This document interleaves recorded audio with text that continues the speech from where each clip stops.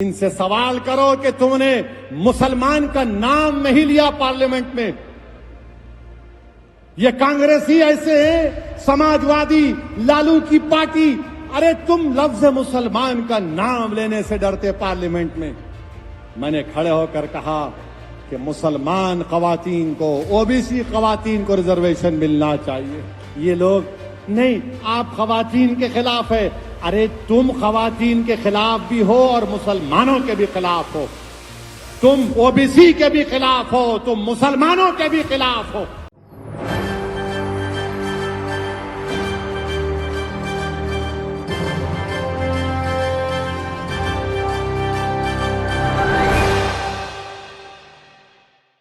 नमस्कार, मैं दौलत शर्मा और आप देखना शुरू कर चुके हैं SPN 9 न्यूज। ऑल इंडिया मजलिस इत्तेहादुल मुस्लिमीन चीफ असदुद्दीन ओवैसी ने हैदराबाद की एक रैली में कांग्रेस नेता राहुल गांधी को हैदराबाद में लोकसभा चुनाव लड़ने की चुनौती दी। यही नहीं, ओवैसी ने रैली में कांग्रेस को काफी खरी खोटी भी सुनाई। कांग्रेस पर बीजेपी के साथ मिलीभगत का आरोप भी लगाया है। राहुल गांधी को चुनौती देते हुए कहा असदुद्दीन ओवैसी ने कहा कि मैं आपके नेता को वायनाड से नहीं बल्कि हैदराबाद से चुनाव लड़ने की चुनौती देता हूं। आप बड़ी बड़ी बातें करते हैं, जमीन पर आइए, मुकाबला करेंगे। कांग्रेस के लोग बहुत बातें करेंगे, लेकिन मैं तैयार हूं। यही कांग्रेस थी जब बाबरी मस्जिद और सचिवालय की मस्जिद गिराई गई। हाल ही में संसद में महिला आरक्षण बिल पास हुआ, जिसमें AIMIM के अलावा सभी विपक्षी पार्टियों ने बिल के पक्ष में वोट दिया था। इस पर ओवैसी ने कांग्रेस, समाजवादी पार्टी और RJD का नाम लेकर उन्हें खूब लताड़ा। AIMIM चीफ असदुद्दीन ओवैसी ने कहा कि तुमने पार्लियामेंट में मुसलमान का नाम तक नहीं लिया। कांग्रेस, समाजवादी पार्टी और लालू यादव की पार्टी RJD सांसद में मुसलमान का नाम लेने से डरते हैं। मैंने खड़े होकर कहा मुस्लिम महिलाओं और OBC को रिजर्वेशन मिलना चाहिए। ओवैसी ने आगे कहा वह कहते रहे कि मैं महिलाओं के खिलाफ हूं, लेकिन असल में ये लोग महिलाओं, OBC और मुसलमानों के खिलाफ हैं। मैंने कह दिया कि महिला आरक्षण बिल लागू होता तो मुस्लिमों को भी मिलना चाहिए, OBC को भी मिलना चाहिए। जब कांग्रेसियों ने कहा 450 सांसद तुम्हारे साथ हैं, तो मैंने कहा सुनो कांग्रेसियों, मैंने पूरे भारत को पैगाम दिया है कि कांग्रेस और बीजेपी मिले हुए हैं, समाजवादी और कांग्रेस मिले हुए हैं। मैंने बता दिया कि मैं सभी के खिलाफ अकेला खड़ा हूं और तुम मिले हुए हो। ओवैसी ने कहा बीजेपी नेता कहते हैं कि MIM के 2 नेताओं ने संसद में महिला आरक्षण बिल के खिलाफ वोट किया, लेकिन हम दोनों ने पूरे संसद को हिलाकर रख दिया।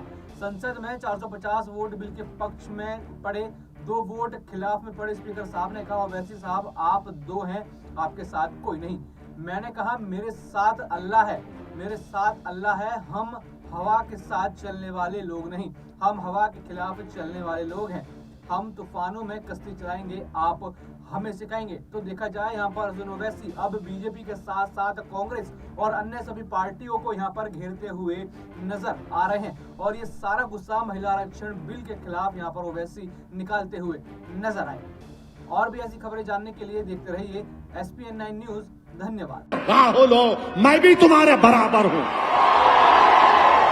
मैं तुम्हारे से कमतर नहीं हूं, क्योंकि भारत का संविधान सबको बराबर के तौर पर देखता है। अरे 8,992 MP बन गए। बताओ ये कौन सा इंसाफ है?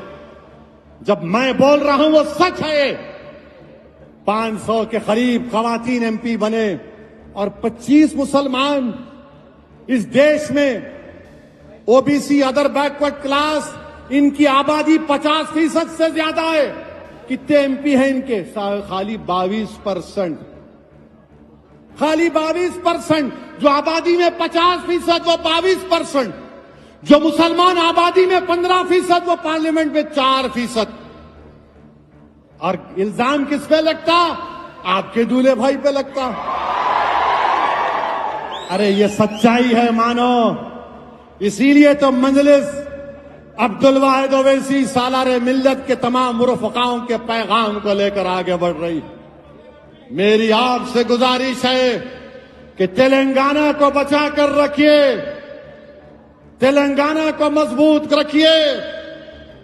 ये ताकतें जो नफरत फैलाना चाहती हैं, जो शहर में फसाद बर्पा करना चाहती हैं, इनको करीब आने मत दीजिए। तेलंगाना में जहां मंजलिस का उम्मीदवार होगा, बेखौफ होकर मंजलिस को वोट दीजिए। जहां मंजलिस का उम्मीदवार नहीं होगा, वहां पर मामू का साथ दीजिए। और डरने और घबराने की जरूरत नहीं है।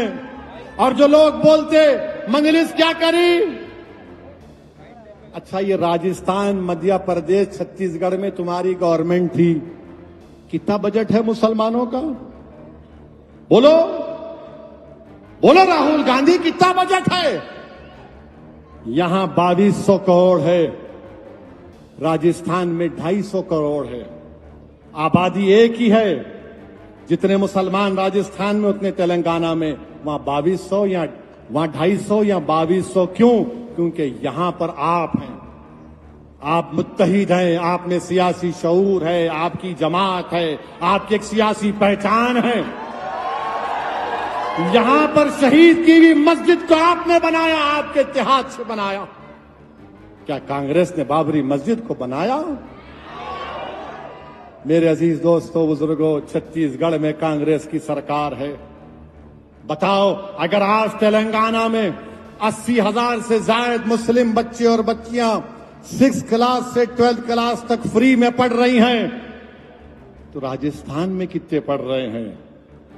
बताओ कितने पढ़ रहे हैं राजस्थान में? नहीं बताएंगे। नहीं, ओवैसी ऐसा है, इनसे सवाल करो कि तुमने मुसलमान का नाम नहीं लिया पार्लियामेंट में। ये कांग्रेसी ऐसे है, समाजवादी, लालू की पार्टी, अरे तुम लफ्ज मुसलमान का नाम लेने से डरते पार्लियामेंट में। मैंने खड़े होकर कहा कि मुसलमान खवातीन को, ओबीसी खवातीन को रिजर्वेशन मिलना चाहिए। मेरे अजीज दोस्तों और बुजुर्गों, हम खवातीन के खिलाफ नहीं हैं। हम कैसे खवातीन के खिलाफ हो सकते हैं? हमारे रसूल सल्लल्लाहु अलैहि वसल्लम, जिसकी हम उनकी उम्मत हैं, आका ने फरमाया कि मां के पैरों के नीचे जन्नत है। आका ने फरमाया कि तुम में सबसे बेहतरीन वो है जो घर वालों से अच्छा है। हम कैसे अपनी खवातीन के खिलाफ हो सकते हैं? ये लोग नहीं, आप खवातीन के खिलाफ है। अरे तुम खवातीन के खिलाफ भी हो और मुसलमानों के भी खिलाफ हो। तुम ओबीसी के भी खिलाफ हो, तुम मुसलमानों के भी खिलाफ हो। मेरे अजीज दोस्तों और बुजुर्गों, जब बात खवातीन की निकली तो अपनी माओं से अच्छा बर्ताव करो, अपने बाप से अच्छा बर्ताव करो, इज्जत करो अपने बाप की, अपनी मां को इज्जत करो।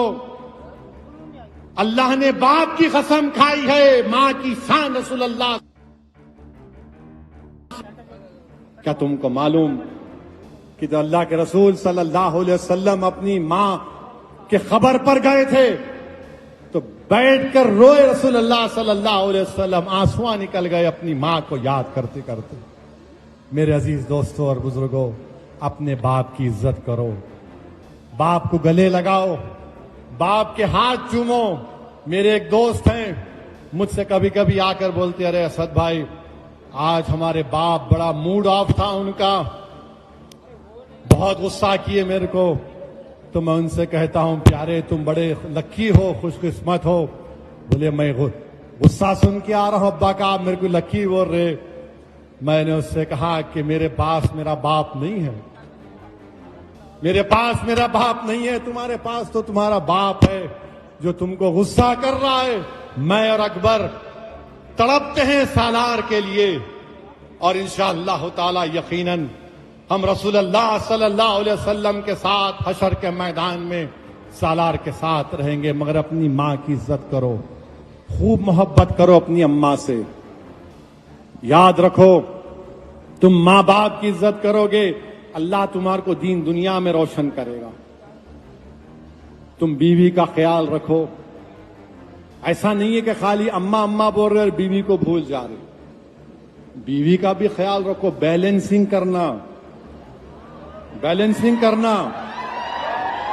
अम्मा को ये एहसास दिलाना कि अम्मा मैं तेरे को सबसे ज्यादा चाहता हूं दिल से, और अपनी बीवी को ये बोलना कि मैं तुमको सबसे ज्यादा चाहता हूं।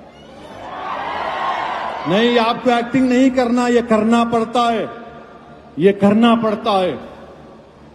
मां को एहसास नहीं होना कि बेटा जोरू का गुलाम हो गया, और बीवी को एहसास नहीं होना कि मेरी बात नहीं सुनते, खाली अम्मा की सुनते। मेरे भाई, मां मां है, बीवी बीवी है, आप किसी को भी नहीं छोड़ सकते। और मैं हमारी बहनों से भी कहूंगा कि याद रखिए, शौहर की भी अहमियत है, शौहर की भी अहमियत है। मेरे अजीज दोस्तों और बुजुर्गों, अपने माँ बाप की, अपने बीवी की, अपनी औलाद की, और याद रखो, हम रसूल अल्लाह सल्लल्लाहु अलैहि वसल्लम के नाम पर आज जमा हुए हैं।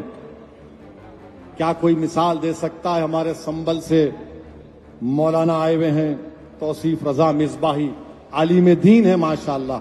आप पूछिए उनसे कि क्या हमारे आका मोहम्मद मुस्तफ़ा सल्लल्लाहु अलैहि वसल्लम ने कभी, अब हमारी उम्मत की मां पर कभी उनको मारा? नाउजुबिल्लाह नहीं। तो तुम कैसे अपनी बीवी को मारते हो? कैसे मारते हो तुम अपनी बीवी को? क्या है ये? इंसान हो तुम, इंसान हो तुम। बीवियों की इज्जत करो। कल अगर तुम्हारी बेटी होगी, उसकी शादी होगी, कि अगर उसका शौहर उसको मारेगा तो क्या महसूस करोगे?